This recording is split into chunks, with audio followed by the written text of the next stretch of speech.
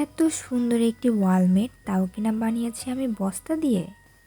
আসসালামু আলাইকুম, কেমন আছেন সবাই? প্রথমে আমি বস্তাটি গোল করে কেটে নেব। তারপর এই বোর্ডের উপর গ্লু স্টিক দিয়ে সুন্দরভাবে আমি অ্যাটাচ করে নেব। আমার কাছে কিন্তু গ্লুগান নেই, আমার গ্লুগানটি নষ্ট হয়ে গিয়েছে, তাই আমি এখানে আগুনে পুড়িয়ে পুড়িয়ে গ্লুগান দিয়ে এভাবে সুন্দরভাবে অ্যাটাচ করে নেব। এই দেখুন কত সুন্দর হয়ে গেছে, এটাও কিন্তু দেখতে বেশ সুন্দর লাগছে। তারপর ম্যাক্রাম দড়ি নিয়ে নিয়েছি। এই ম্যাক্রাম দড়ি দিয়ে আমি বড় করে একটি বেনুনি পাকিয়ে নেব।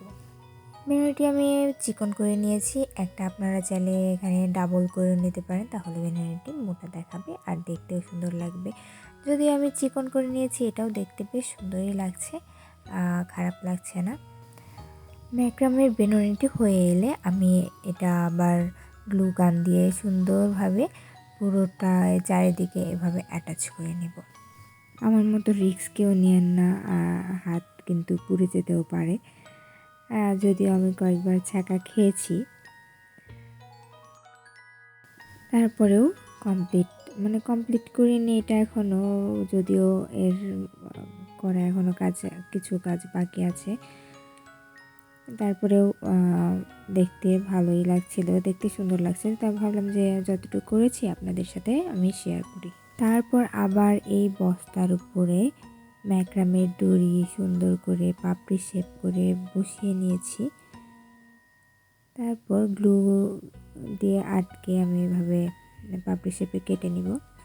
এভাবে করে আমি কয়েকটি পাপড়ি কেটে নিয়েছি। তারপর আবার রাউন্ড শেপেরও পাপড়ি করে নিয়েছি। এগুলো আমি সবগুলো ফ্লাওয়ারের জন্য করছি। এরপর আমি ফ্লাওয়ারগুলো বানানোর জন্য এভাবে গ্লু দিয়ে সুন্দর করে ফ্লাওয়ারের শেপ করে নিব। প্রতিটা পাপড়িতে এভাবে গ্লু লাগিয়ে নিয়ে আমি ফ্লাওয়ারের জন্য প্রস্তুত করে নিব।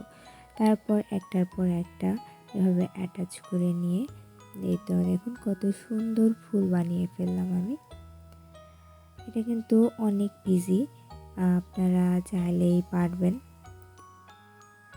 তারপর আমি যে রাউন্ড শেপের যে পাপড়িগুলো বানিয়ে নিয়েছি, একইভাবে আমি ওইগুলো অ্যাটাচ করে নেব।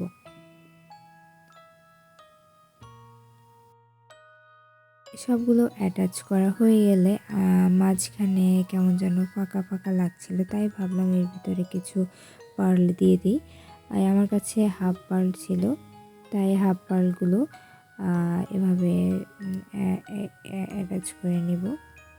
বড় ফুলের উপরে আমি বেশ কিছু পার্ল দিয়েছি, আর ছোটোটার মধ্যে মাঝে একটি পার্ল দিয়ে দিয়েছি।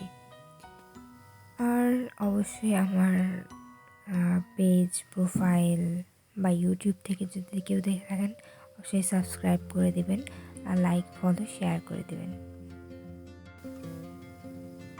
তারপর এই ফ্লাওয়ারগুলো আমি যে জায়গায় জয়েন্ট দিয়েছিলাম ওই জয়েন্টের উপরে সুন্দর করে অ্যাটাচ করে নেব।